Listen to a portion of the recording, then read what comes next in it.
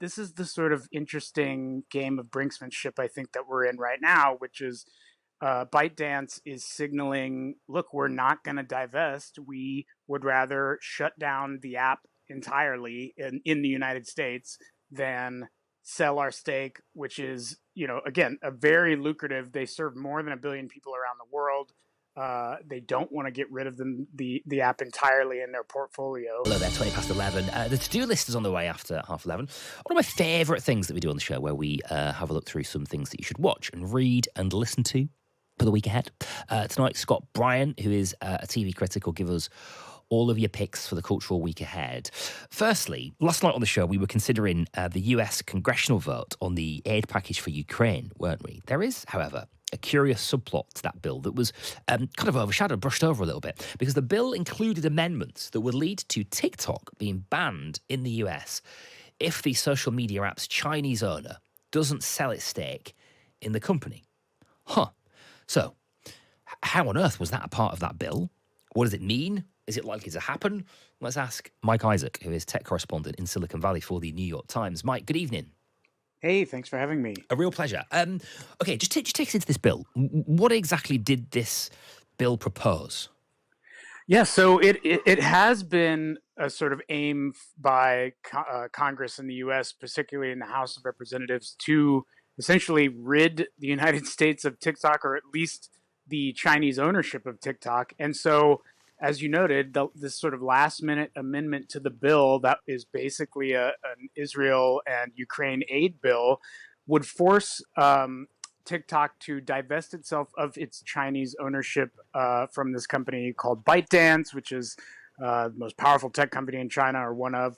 Or if they don't do that within a year, then essentially ban the app in the United States, which is used by more than half the country, 170 million people. So it would be a pretty enormous deal to the many, many people who use it here and, frankly, love using the app.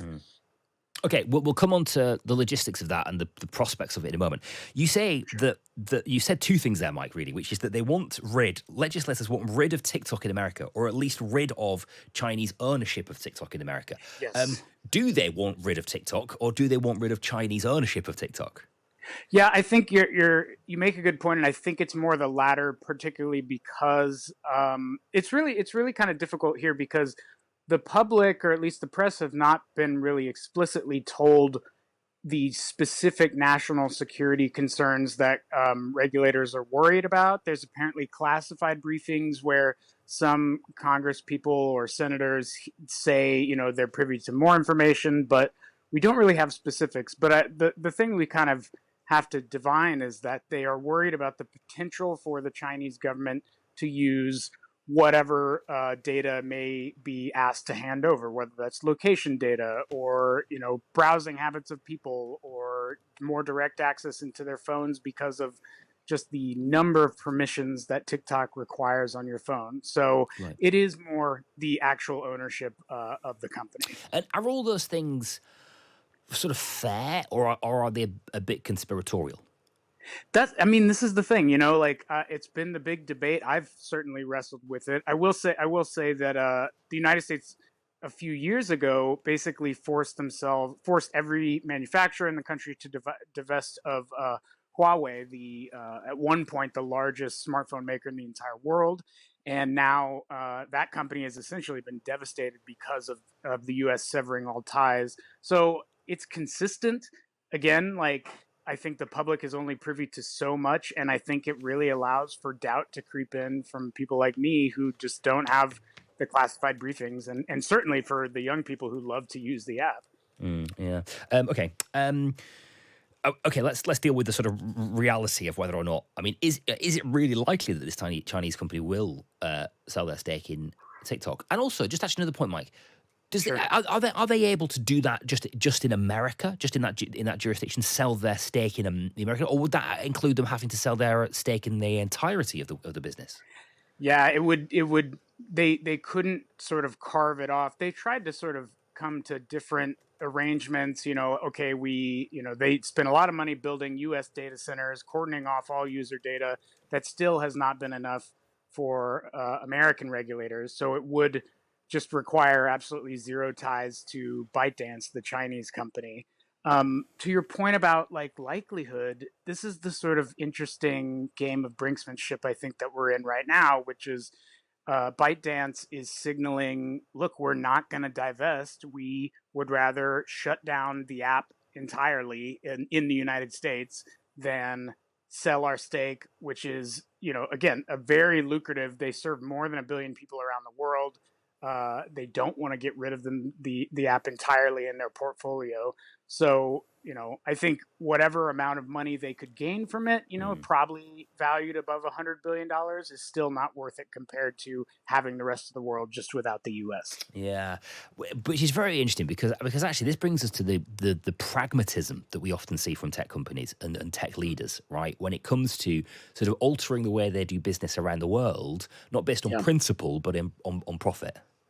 100%. If you look at Meta and Google over the past couple of years, they've faced off against regulators in Australia, here in California, in Canada, where bills have come to pass saying, you need to pay publishers for what appears on your platforms, and instead of even negotiating in there, they just turn it off. Basically, they say, all right, now you don't get news inside of Australia or Google search results that deliver news, and eventually regulators tend to buckle. So I totally agree. I think it's a pragmatic, almost combative approach to international relations, basically, for these companies. We've also on a similar vein. We've also seen Elon Musk pushing back against. There was an order from Brazil. The Brazilian government to block some accounts on Twitter, on X, based on Supreme Court criticism of a Supreme Court issue, and he's very much kind of pushing back on that. And again, that sort of strikes me that we see tech platforms, particularly social media platforms, very happy to play a different content moderation game country by country based on what the rules are, but Yeah. maybe. I mean, Elon Musk, of course, is a unique character in many senses, but Sure. is that changing wholesale across Silicon Valley, or is that does that just tell us more about Elon Musk? I think there's a few things. I do think Elon is sort of a wild card. He he's very selective with when he applies his principles. I think he's sort of pragmatic to the extreme, to a point where it's not always consistent.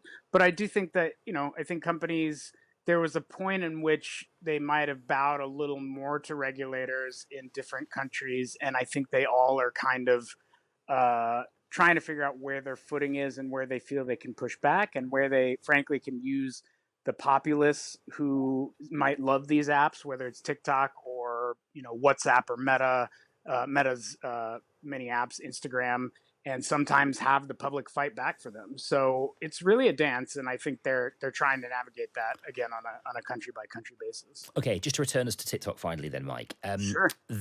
TikTok has sort of pointed at this being risking free speech Yeah. in America, which struck me as interesting because we've heard lots of stories about TikTok limiting speech, particularly, I suppose, in China. I was speaking to a journalist earlier this week who's very, very big on TikTok, but who, when she's covering stories about marijuana, can't use the word marijuana or indeed cannabis or indeed weed, because if she Yep. does use any of those words, her videos get suppressed.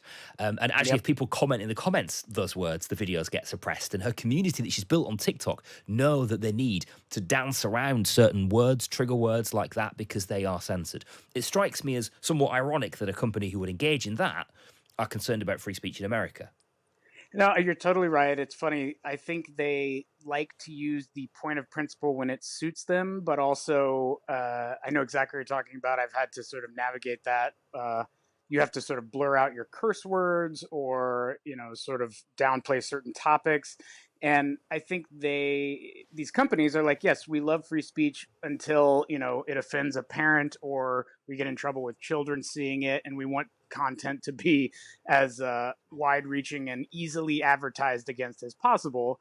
And I think that's their way of doing it, making people essentially water themselves down to do it. So principles, when it suits them, seems to be the message for a lot of these companies, in my opinion. What kind of timeline are we on here, Mike? When will a decision need to be made or whatever? So we're seeing the bill go to the Senate probably next week. President Biden has said he would sign the bill into law if it passes the Senate. So this could happen pretty quickly. Like it's crazy. So I would just keep watching and sit tight to see if the Senate passes it. Basically, We will. this next week. Yeah, okay, we will. And we'll speak again. Mike, thank you so much. Of course, thank you for having me. Mike Isaac, who is Silicon Valley correspondent, sorry, tech correspondent in Silicon Valley for the New York Times, is what I was trying to say, with us on Times Radio tonight.